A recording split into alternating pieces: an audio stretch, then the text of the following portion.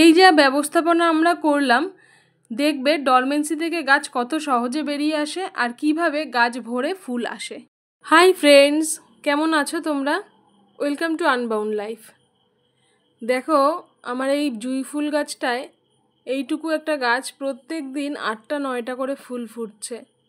আমার মতো অনেকেই হয়তো তোমরা আছো যারা সাদা রঙের ফুল খুব পছন্দ করো, আর তারপরে যদি হয় সুগন্ধযুক্ত ফুল, তাহলে তো আর কোনো কথাই নেই। তো চলো আজকে আমরা কথা বলবো টগর ফুল গাছ নিয়ে। টগর ফুল গাছ এমন একটা গাছ যে প্রত্যেক বাড়িতেই আছে। এই টগর বেশ কয়েক রকমের হয়। এটা যেটা তোমরা দেখছো, এটা থোকা টগর, বেশ কয়েকটা পেটাল হয়। আর এক রকমের দেশি টগর আছে যেগুলো এক পাপড়ির। আবার এই রকম থোকা টগর আছে যেগুলোতে খুব স্মেল আসে। আমার কাছে সেই গাছটা নেই। তো আমি যে পরিচর্যাটা তোমাদের দেখাবো তাতে করে তোমরা যে কোনো টগর গাছই এটা অ্যাপ্লাই করতে পারবে। এখন ফেব্রুয়ারি মাস পর্যন্ত এই গাছ ডরমেন্সিতে ছিল। তারপরে আমরা মার্চ মাসে এই গাছের প্রুনিং করেছি। তো যারা মার্চ মাসে তোমরা প্রুনিং করোনি, তারা এই এপ্রিলের শুরুতেই প্রুনিং করে নাও। কারণ প্রুনিং না করলে গাছে কিন্তু ফুল পাবে, কিন্তু সংখ্যায় খুব কম ফুল হবে। এই গাছে যেমন দেখছো যে এত ফুল, প্রত্যেক ডালে ডালে ফুল, এরকম কিন্তু ফুল আসবে না। তো সেই জন্য প্রুনিং কিন্তু মাস্ট। আর এই সময়টায় হার্ড প্রুন করতে পারো নিশ্চিন্তে, কোনো সমস্যা হবে না। হার্ড প্রুনিং করার পরে আজকে আমি তোমাদের দেখিয়ে দেবো যে কী কী খাবার তোমরা দেবে বা কী কী ব্যবস্থাপনা রাখবে। সেটা মেনটেন করলেই তোমাদের গাছে প্রচুর পরিমাণে কুড়ি আসবে।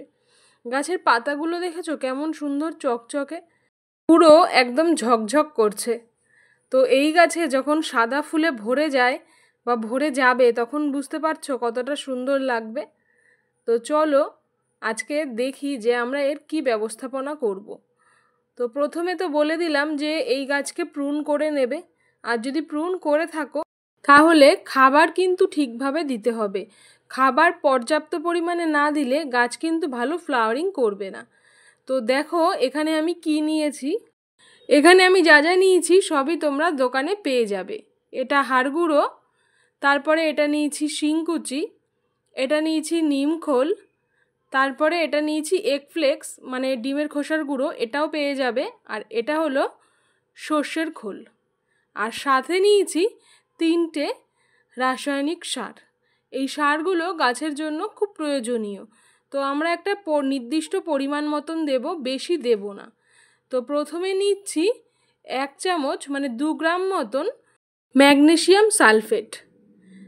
আর তারপরে নেব 2 গ্রাম পরিমাণে মিউরেট অফ পটাশ, মানে যেটাকে আমরা লাল পটাশ বলি, সেটা নেব 2 গ্রাম।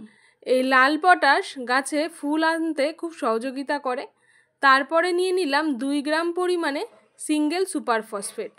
এই সিঙ্গেল সুপার ফসফেট গাছের রুটকে খুব ভালো রাখে।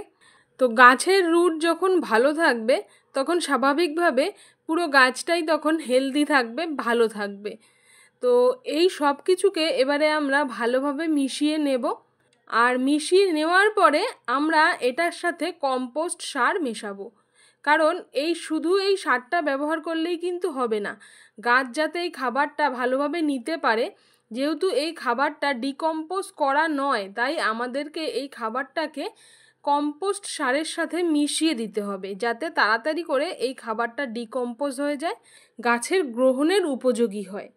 তবে যাদের কাছে মিক্স সার তৈরি করা আছে তারা সেই সারটাই ব্যবহার করতে পারো। ওটাই গাছের জন্য বেস্ট হবে, যেহেতু ওটা বেশ কয়েক মাস আগে তৈরি করে রাখা। তো আমি মিক্স সার কীভাবে তৈরি করতে হয়, নার্সারিতে কি কি টেকনিক ফলো করে ওরা মিক্স সার তৈরি করে, তার একটা ভিডিও দিয়েছি। আমি সেটা ডেসক্রিপশন বক্সে দিয়ে দেব, তোমরা ওখান থেকে দেখে নিতে পারো। তো আমি এই গাছে মিক্স সারটাই ব্যবহার করব, যেহেতু আমার কাছে ওটা তৈরি করা আছে।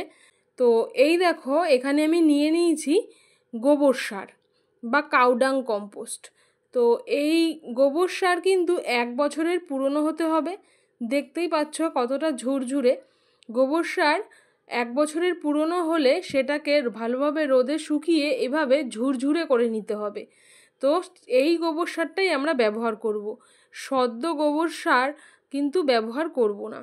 তোমরা চাইলে ভার্মি কম্পোস্ট ব্যবহার করতে পারো, আবার কিচেন কম্পোস্টও ব্যবহার করতে পারো। ভার্মি কম্পোস্ট, কিচেন কম্পোস্ট বা কাউডাং কম্পোস্ট যেটাই তোমরা নাও সেটা 500 গ্রাম পরিমাণ তোমরা নেবে। তার সাথে এই মিক্সচারটা ভালো করে মিশিয়ে নেবে। ভালোভাবে মিশিয়ে নেওয়ার পরে তোমরা এটা গাছের গোড়াতে দিয়ে দেবে। যেদিন তোমরা এই সার ব্যবহার করবে তার আগের দিন গাছের গোড়াটা একটু ভিজিয়ে রাখবে, আর সার প্রয়োগ করার আগে মাটিটা একটু খুশে নেবে। আমার গাছটা মাটিতে বসানো, তবুও প্রতি বছরই আমি গাছে ভালো ফুল পাওয়ার জন্য গাছটাকে হার্ড প্রুন করি আর গোড়াটা এভাবেই খুঁড়ে তাতে সার দিয়ে নিই। তো তোমাদের যাদের টবে গাছ তারা টবের মাটি খুশে নিয়ে এভাবে সার দিয়ে দেবে।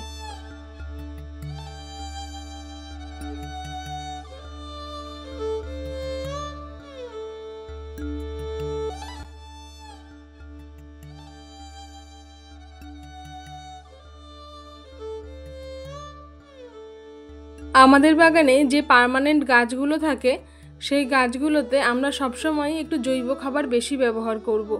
কারণ এই গাছগুলো পার্মানেন্ট আর সারা বছরের বেশিরভাগ সময়টাতেই ফুল দেয়। তো রাসায়নিক খাবার আমাদের ব্যবহার করতে হবে, কিন্তু চেষ্টা করব যতটা কম ব্যবহার করা যায় আর জৈব খাবার যতটা বেশি ব্যবহার করা যায়। এই জন্যই আমরা রাসায়নিক খাবার খুবই অল্প অল্প পরিমাণ মিশিয়েছি, আর তার সাথে ভার্মি কম্পোস্ট মিশিয়েছি 500 গ্রাম, আর অন্যান্য যা যা খাবার মিশিয়েছি সবই তোমরা দেখেছো। তো এটাই কারণ, যাতে গাছটা আমরা বেশি দিন ভালো রাখতে পারি, বেশি দিন আমাদের সাথে রাখতে পারি। তো সেই কারণের জন্য আমরা এভাবে ব্যবস্থাপনা করি। তারপরে দেখো ওপর থেকে কিছুটা মাটি ছড়িয়ে দেব। এই মাটিটা দেওয়াতে কি হবে, সারটা ওপর থেকে চাপা পড়ে থাকবে। যেই মাটিটা গোড়াতে রয়েছে সেই মাটিটাই সাফিসিয়েন্ট নয়, তাই জন্য ওপর থেকে কিছু নতুন মাটি দিয়ে দেব। এরপরে গাছের গোড়াতে দিয়ে দেব পর্যাপ্ত পরিমাণে জল। তো এই হলো ডরমেন্সি থেকে বের হওয়ার পরে টগর গাছের প্রথম পরিচর্যা। আর এই পরিচর্যা পেয়েই দেখবে টগর গাছ কেমন সুন্দর নতুন নতুন ব্রাঞ্চ আনে, কত সুন্দর ফলিয়েজ আসে গাছে, আর গাছে ফ্লাওয়ারিংও কী পরিমাণ হয়। তো এই যে মিশ্র সার আমরা ব্যবহার করলাম, এটা আমরা মাসে একবার ব্যবহার করব। আর তোমরা যদি মিশ্র সার না ব্যবহার করে থাকো, যদি এখন নতুন করে বানিয়ে দাও, তাহলে এই প্রথমবার এটা ব্যবহার করো, এরপরের থেকে মিশ্র সারটা বানিয়ে রাখো, সেটাই ব্যবহার করো। আর এই মিশ্র সারটা তোমরা যে কোনো গাছেই ব্যবহার করতে পারবে। তো তাহলে দেখবে তোমাদের গাছের পাতাও এরকমই সুন্দর চকচক করবে আর গাছ ভরে ফুল হবে।